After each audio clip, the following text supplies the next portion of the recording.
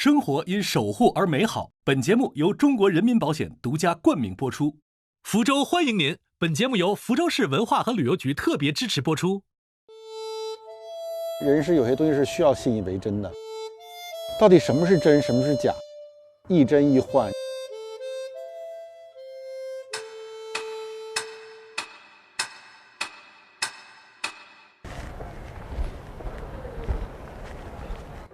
其实我来是最想找郁达夫的踪迹的。我对福州最初的印象是他写的关于福州的游记，他对福州的山的描述，对福州人的描述，然后对福州的女子印象非常深，福州女子非常的美。郁达夫当年那是办公的地方，我很想去。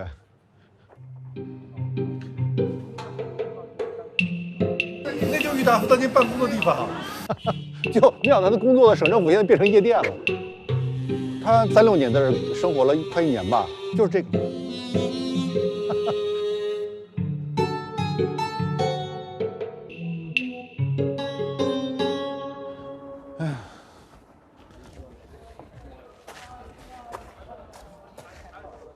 哎，这棵树应该见到郁达夫进进出出的，见证了左宗棠，见证了郁达夫。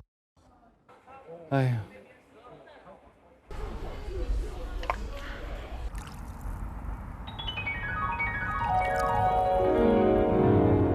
郁达夫在福州短居2年，却对福州的水印象极深。他在游记《闽游滴沥》中写道：“福建的山水实在也真美丽，北至仙峡，西耸武夷，蜿蜒东南直下，便分成无数的山区，地气温暖，微雨时行，已故山间草木一年中无枯萎的时候。”最奇怪的是梅花开日，桃李也同时怒放。相思树、荔枝树、榕树、杜松之属，到处青葱欲滴，即在寒冬，亦像是手下的样子。郁达夫还写道：“闽江发源蒲城县北余梁山下，亦称涧溪，到处收纳清溪小水，曲折而达福州。扬子江没有它的绿，富春江不及它的曲，珠江比不上它的静。人家再把它譬作中国的莱茵，我想这譬喻总只有过之，绝不会得不及。”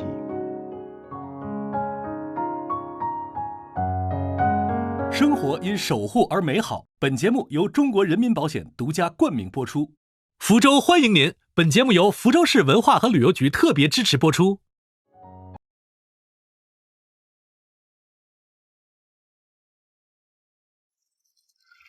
哇，又是一个什么树干分叉的大榕树是吧？就通向不同的时空啊！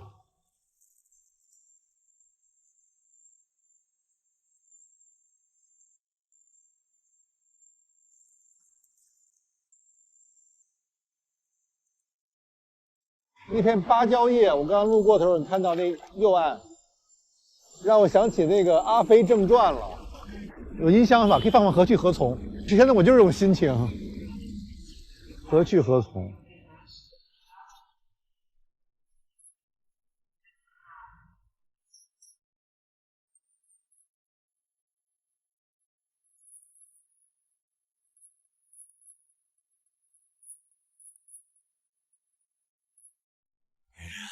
海中看尽寻寻觅觅，疲惫是我的心。我当时也恍惚了，我也不知道我何去何从，我在去往哪里，目的消失了，过往好像也消失了。没有什么比时空转换更具魔力，而水似乎就是转换的载体。一切都变了，一切又似乎没有变。我与近100年前的郁达夫踏入同一条河流，这让我感到恍惚。白马河的水依旧一路向南汇入岷江，奔流向海。但是魔幻的高楼与时尚的街区又提醒今夕不复往昔。这城市还有恒久不变的东西吗？我该何去何从啊？我能跟您也合个影。行，在石头上一看，哎，这个身影，以前都是在电视机里面看到，看见活的了。哦，活的。这么有啊？送你了，送你了。你们拿着吧，拿着吧，给你拿着，我没。好，那谢谢您，那谢谢你啊，拜拜啊。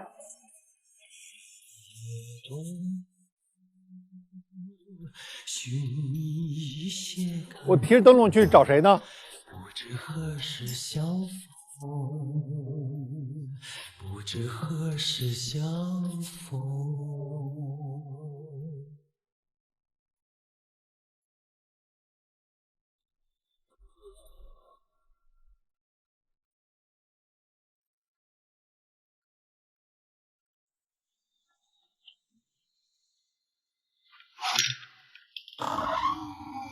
哎，你好。你好，您是志愿老师吗？对啊。来来，您请进。他不让我进去。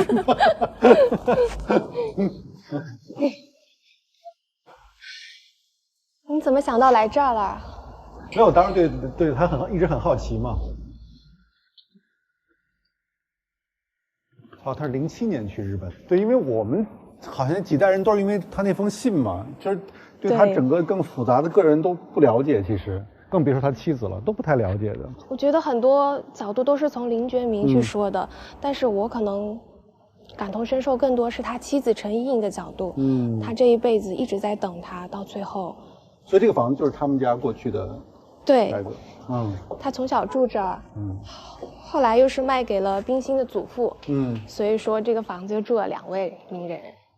三坊七巷这一片，它的房子是特别的方正，一进一出的，就是那种大户人家的格局。但是走到像上下行，就是商户的那种，它又是特别的宽。其实跟身份是有挺多关系的。好高啊！你进去看看行吗？好。1913年去世的。林长民是他的堂兄啊。等于他和林徽因也是亲戚。所以真是福州林氏真的好厉害啊！我对那个时代挺着迷的。巨变的最后几年，旧的价值系统开始崩溃，新的价值系统还没有完全成型的时候，那意味着里面有很多自由度，然后你有很多可以大胆尝试的东西。然后过了这段时间之后，所有都已经尘埃落定，一切变得规范化，大家就会回到自己的小世界里面去，或者变得更平庸了。那个实验的时期过去了，他们都是冒险家那个时代的。他也是挺典型的那个年代的年轻人那种。对，但是我的太太不太了解。你要感兴趣？我感兴趣啊。他妻子到底什么样的一个人啊？可以先看看他们住过的地方。好。就是这个小院。又还原了他们当时生活在一起的场景。虽然在他们的6年的很短暂的婚姻生活中是不断的聚合啊分离，到最后觉民走的时候，她其实还怀着身孕嘛。我觉得从一个女性的角度，也许在那个时代她是没有办法走去革命，但是她从另一个角度也是参与了革命。你要活在那个时代，你会爱上这个年轻人吗？还真没想过，可能我更希望成为像林徽因那样的人吧，独立的女性。那我们去莹莹家看看。好啊。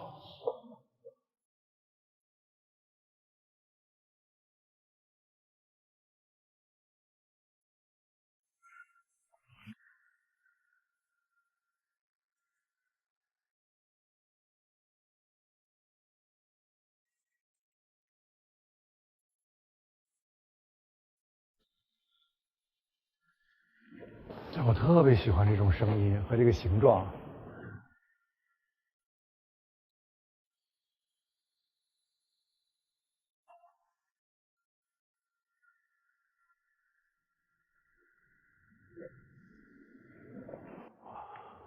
这条巷子更棒，感觉，让我感受一下。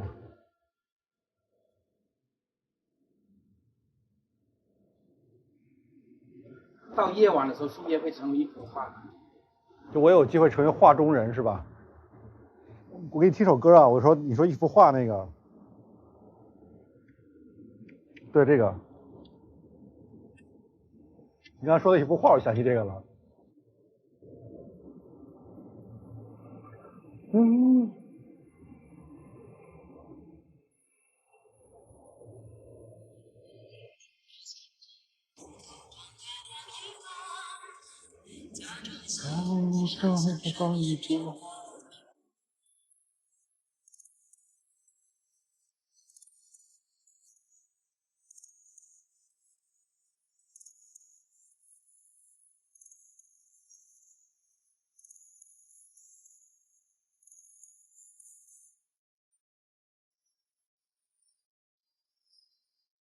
我对这个特别感兴趣，就从福州延伸出的一个世界网络，海上丝绸之路啊，他们去那个冲绳啊，去整个东南亚的世界啊，然后穿过太平洋到美洲啊。因为福建也好，福州也好，在过去是个边缘世界，也是一种逼仄的嘛。然后边缘其实给他一种自由，去探访一个更大的一个世界。我想头苍黄呀望一望，假装心上心上一秒，只能偷偷看呀看一看，又好像要流浪一幅画。我觉得这首歌应该是陈奕迅唱给林觉民听比较好，是不是？这就是林觉民岳父的家。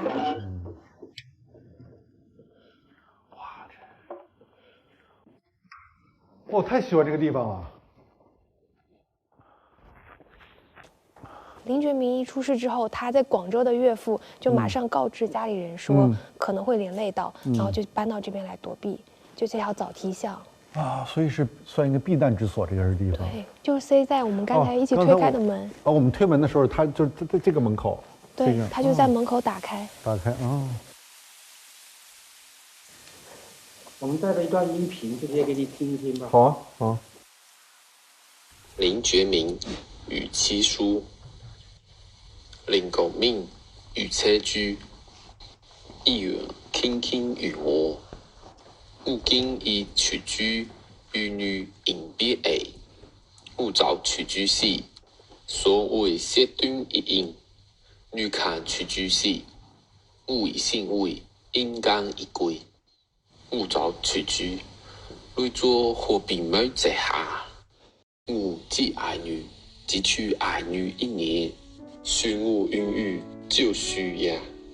吾居儿女以来，所我天下有精英，独性公序，用遍地星空，万家农田，清新快爱，几家能教，须马青山，吾不能后太所之问境呀。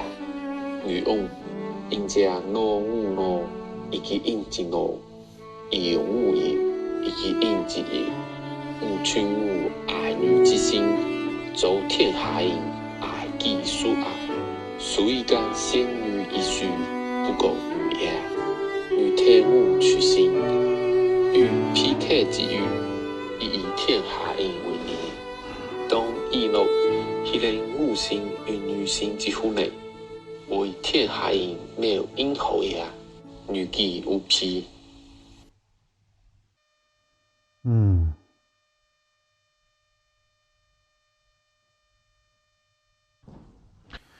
哎呦，我觉得，哎呀，还很，我多少年没有重新看这封信了。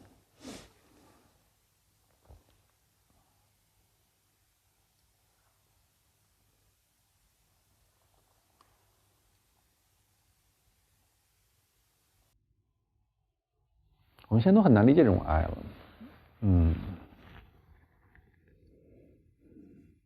每个时代有不同自己的情感模式，比如我们是在一个不断的要强调个人感受的一个时代，所谓的个体感受的时代，所以你非常难以理解个体会放弃个体，然后等于是交给了所谓的更大的一种理念或者一种信念。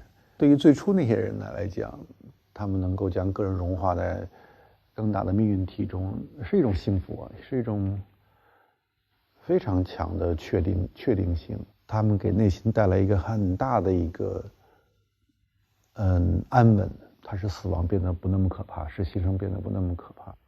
那天晚上还下着大雨，对，那个雨也冲淡了那个沉闷嘛。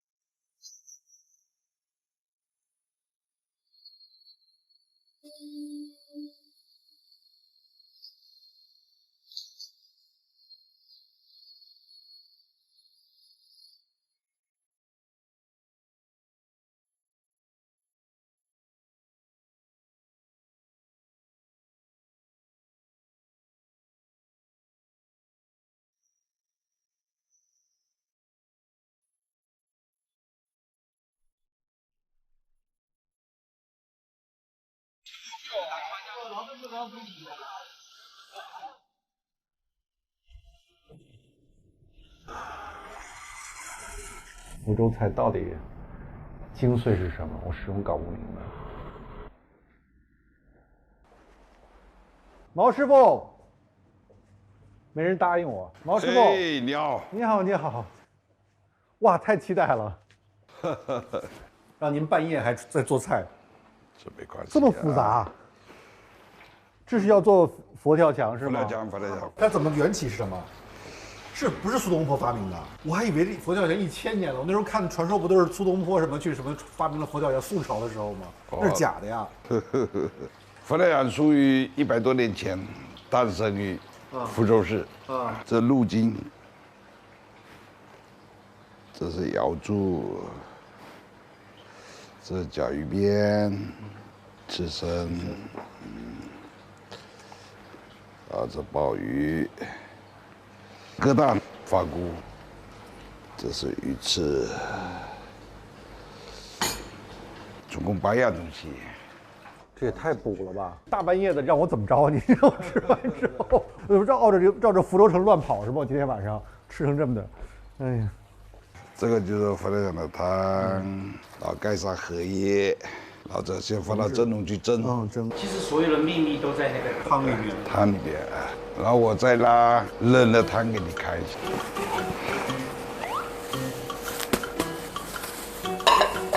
所以过去如果偷人家的厨艺的话，要把这汤偷走啊，偷偷抱回去研制。哇，是这样的质感，好有弹性啊！做的一层一层的，晶莹剔透。现在发现这个汤这么性感，尝一块，尝一下，像一个咸味的、很复杂的果冻，而且半夜吃尤其有感觉。这可以了是吧？可以的，保证做我要跳出来了。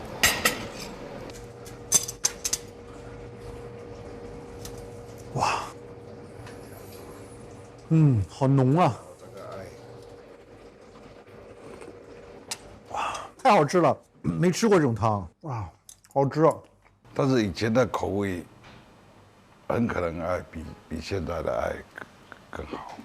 我们都在努力啊，很可能赶不上前辈。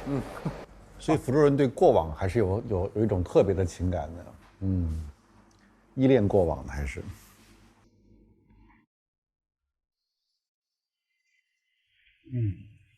毛师傅经营着一家闽菜馆，佛跳墙是他的看家菜。让人敬佩的是，毛师傅一直想复原100年前马尾船正海军宴的李鸿章杂碎。锅中荡漾的油，就像你刚才荡漾的树叶。一位厨师却拥有历史学加持的情怀，这真是练就的福州人呐！赏心悦目啊，看你做菜，是吧？很像武林高手。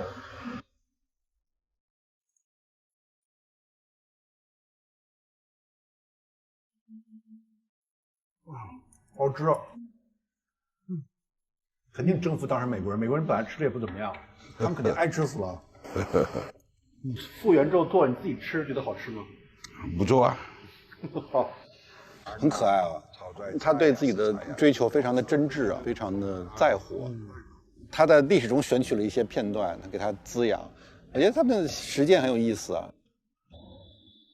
告别毛师傅，我在福州的街头巷尾晃悠，不时经过一些小吃摊、理发铺、修脚店，几乎都是传承几代人，仿佛一不小心就闯入了100年前的生活现场。做了40多年了。外面是鱼丸，里面是猪肉。麻烦你了。哇，这很多年了吧，这椅子啊。对。将近有40年了。你这个理发店开了40年了，这对联谁给你们写的？这是再平常不过的景象，却包含了生活的一切。老板你好。你好，老板。你好，欢迎光临。我来一碗。你面点。捞化它应该是当地的小吃。这是什么？是黄花菜。还有我们新鲜的那种滑肉。你喜欢哪一种面？粗粉的吧。捞化来历是什么呢？最早的捞化它应该是在那个小巷子里面比较多。它的食材主要就以那个猪杂为主。你们开了多少年了呀？我开12年。几点开始啊？我们早上是7点，开到几点啊？开到晚上10点。这不很累吗？这一天下来？哎呀，为了生活啊，没办法呀。我们也是，我们也为了生活。为了生活，我也没办法。都是唱首舞女泪吧。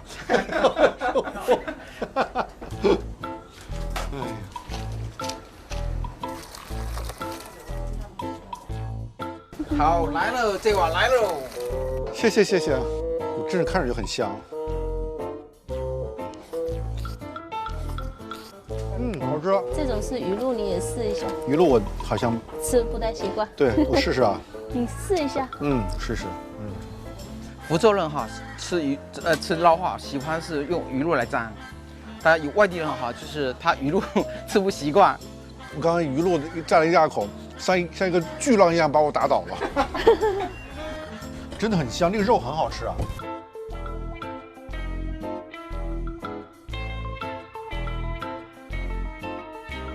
随风潜入夜，吃成胖猪头啊！这半夜。老板结账吧。好。哎，你在看什么呢？我在看买哪个保险。点开这个，里面种类很多，使用也很方便。有没有捞化保啊？1年保我吃不用买单的。可以。从郁达夫笔下秀逸的岷江水，到闽菜中绕不开的汤汤水水，我似乎理解了导演之前跟我说的暗号一样的一句话：福州是一座泡在水里的城市。这个夜晚，我打算暂时忘却本来的目的，拥抱热烈的世俗生活，去感受福州百姓生活中的水。哇，太好了！这水还是天然的，这汤有100多年了。第一次这么泡，感觉很特别。这等于是温泉水。那是温泉水，风湿病的什么腰痛的什么脊柱的什么泡的都比较好。哇，太好了！这放个什么音乐得？我们可以把音响拿来吗？连上了吗？哇，太美好了！能要杯酒喝吗？哎呀，哇！那茉莉花茶。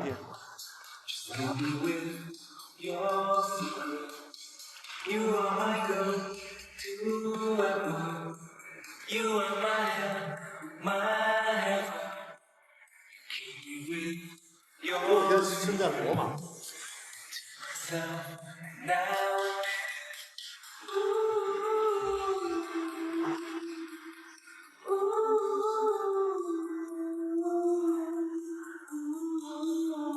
那是不是以前老福州有很多这样的？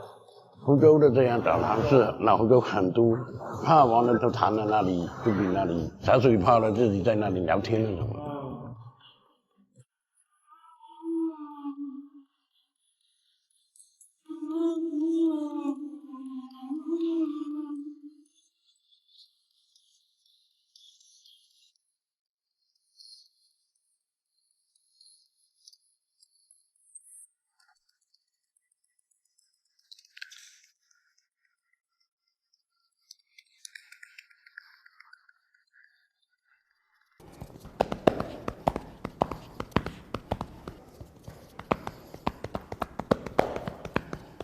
那已经传了多少代了？从民国开始吧。有100年了是吧？啊，差不多。这种叫拍，这种叫锤，这种叫搓，哇，好舒服这个搓。还有这种的话揉，哇，这样叫拿，好，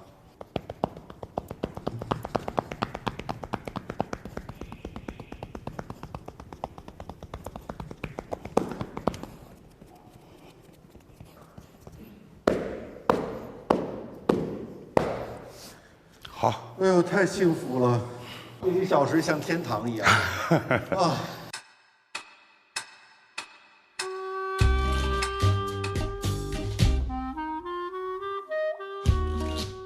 这下没意思了。哇，这很漂亮。我很喜欢这个会馆，希望福州市政府留下来给我开书店。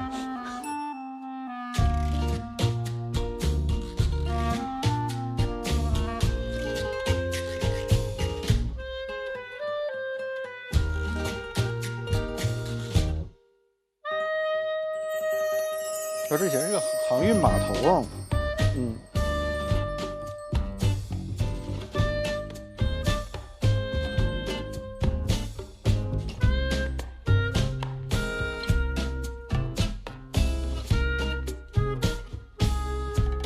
对啊，这次来可能水的感觉更强烈吧，到处都是。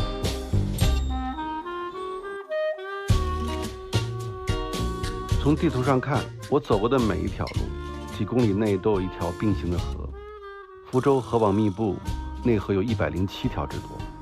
想象自己飞升到城市的上空，应该能看到它们潺潺汇入岷江。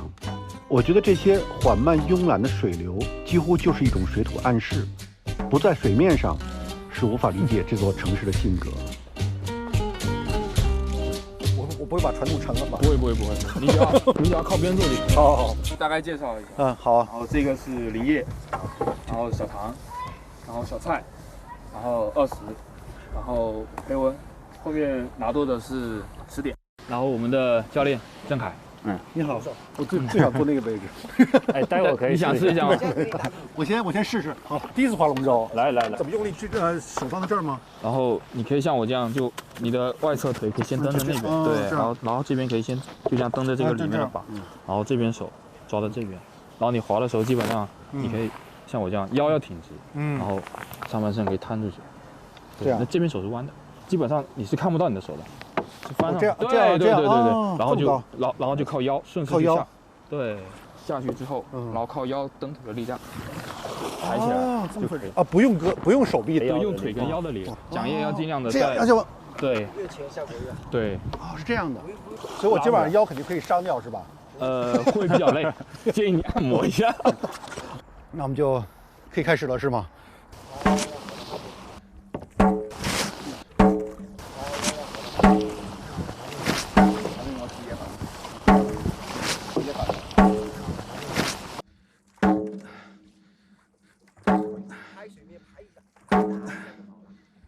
我已经累得不行了，这还没1/3了。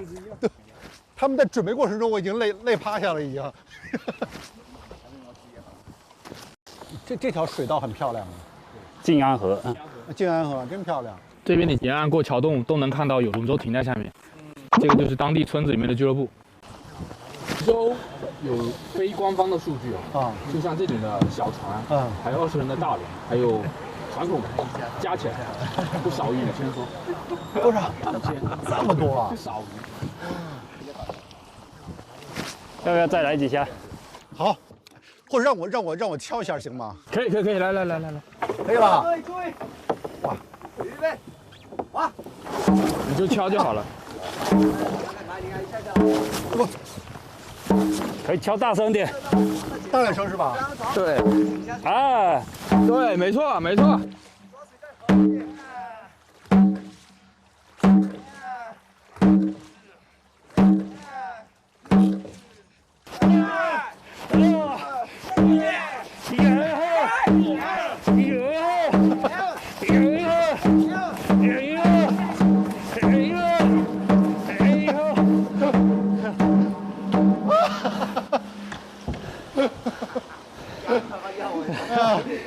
哇，这么累啊！哇，太累了。啊，真是划一下之后，整个一天都心情舒畅啊。对，而且你知道那种兄弟般的友情很容易形成的，在船上，荷尔蒙都互相吸引吧，就臭气相投啊。对啊，可能所有男生其实本质上都小男孩，喜欢跟小伙伴们在一起玩嘛，是不是？最开心了。好，唱一首。好。这个就是师弟，兄弟最爱的大海上。你的爱，一生等待，我真情万事，你不再留恋，就让它随风好远。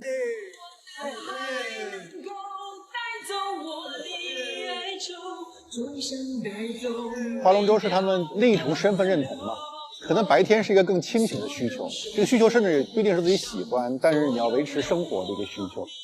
夜晚这种直接的清醒的需求退隐了，很多种需求就开始呈现出来了。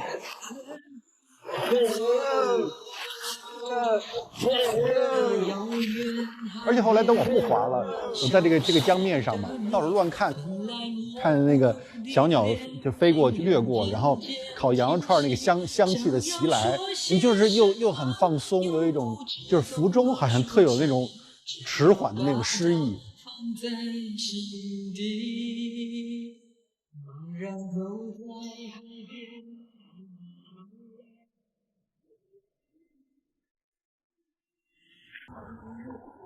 你好啊，你拉了多少年了？这个船30年了。30年了。4年了。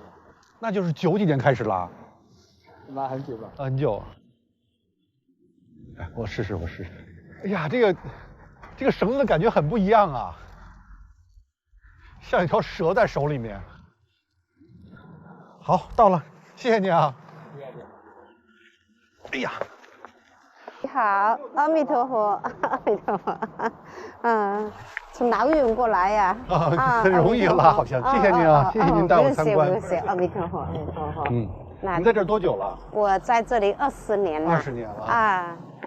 我们金山寺就是说很有特色，在岷江之中，就是福建等于全国也许只有一个，在那个江中寺庙，是宋朝年间的，1300多年，那兴建它，因为岷江那个时候都是水运，它就是说航标，这个塔就在这里哈，那。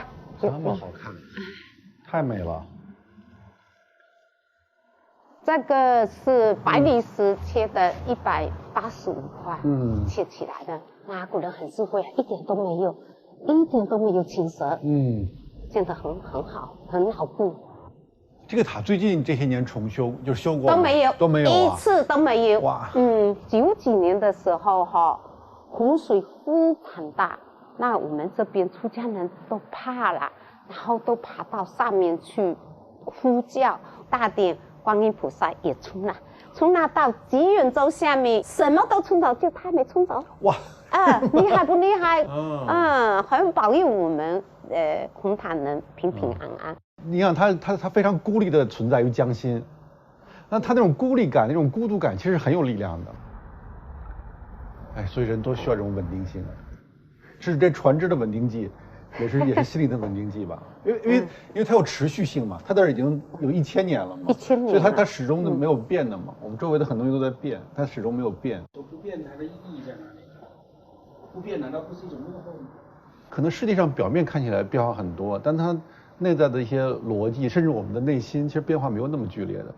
我觉得每代人都要假装的创造自己的新生活，但是那个生活其实。其实他那个生活那个部分，其实有一个漫长的一个传统吧。小芳，你怎么理解他的？我不理解，他理解就行了，他自己说出来自己理解。阿弥陀佛。所以小芳姐，您比如在这20年是什么感觉？哎呀，我觉得时光很快过去，我也不知不觉在这里20年，自己想想一下怎么过，也过得好好的。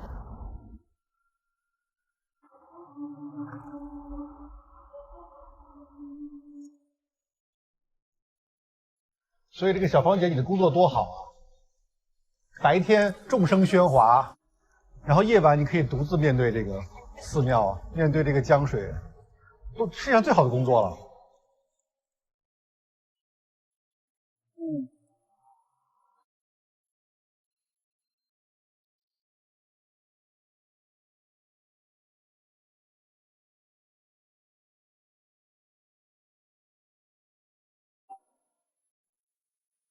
请吃一碗素面哈，平平安安哈，事业顺畅哈。这么东西这个素面。慢点烫哈。谢谢。阿弥陀佛。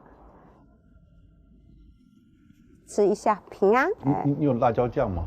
辣椒酱我去拿。有吧？真有啊。有。老干妈也行。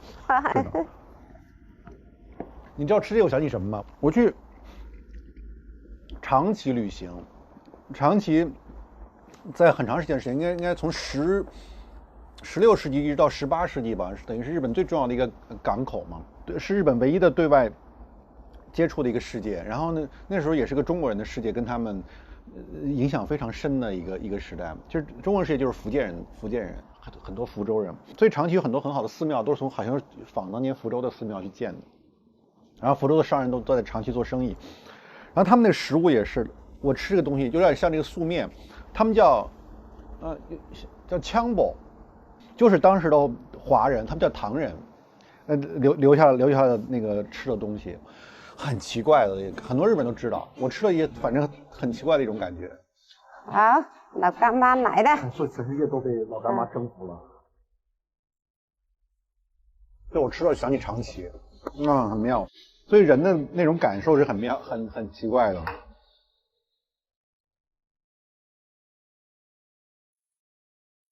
我始终觉得我们是同时生活在所有的时空，就我们不是生活在此刻的时空里面的。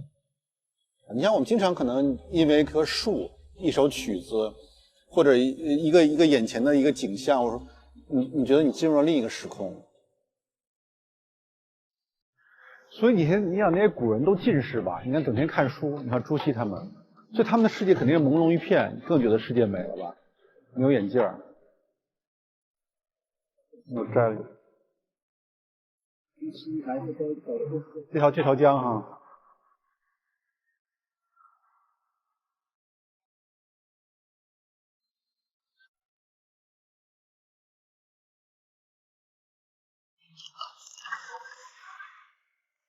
某种意义上就有任意可以穿越，所有的时空的信息、历史的信息都在通行，不知道什么时候跟你发生了共鸣，发生了触碰。深夜的岷江弥漫着与白日完全不同的气息，一真一幻。南宋的朱熹，近代的林则徐、严复、李觉明，他们跟我看到的是同一片江水吧？几十年前的喜怒哀乐，与几百年前的喜怒哀乐，也有相同之处吧。江水绵绵，心潮澎湃，此刻再次让我迷惑，何去何从？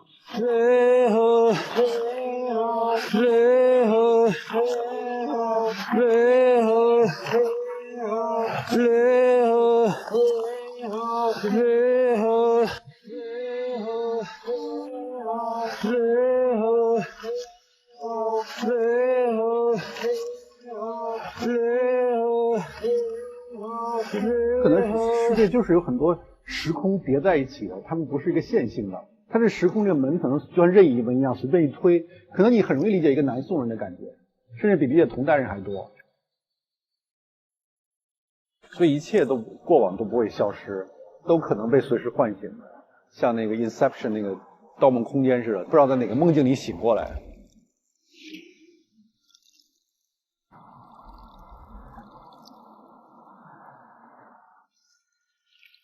天安在我搞了。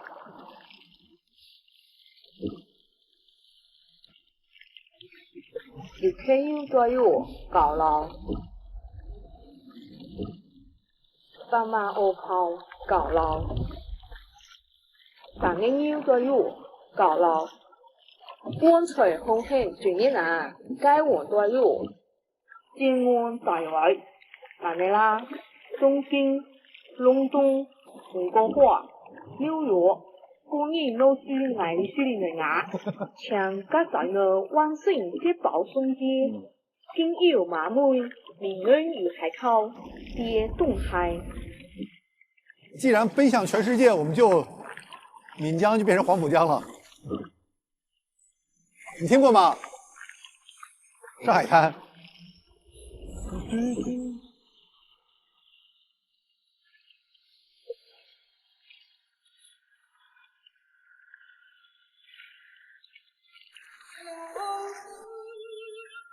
浪流萬里滔滔江水永不休，淘盡了浪奔浪流啊，这浪都是一样的，它不也通向全世界吗？所有的浪最后都汇到一起嘛，对，所有的云彩最后都交汇在一起。所有的人也是吧？我就想顺着这个江水一直飘下去，像一叶小舟一样飘下去吧。不知道在哪个梦境里醒过来，或者暂时醒过来。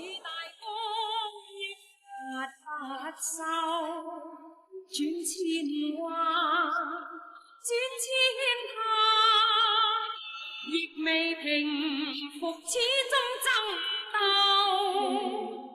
又有喜又有愁，就算分不清欢笑悲忧，仍愿分百千来，在我心中起伏。生活因守护而美好。本节目由中国人民保险独家冠名播出。可爱，好咖就是爽到底。挣大钱怎么说啊？这个挺大业，挺大业，挺大业。平安怎么念？平安发财，平安发财，平安发财。去玩和卡利，卡利啊，卡利，一命啊，一命啊。Follow the destiny， 这个字念什么呀？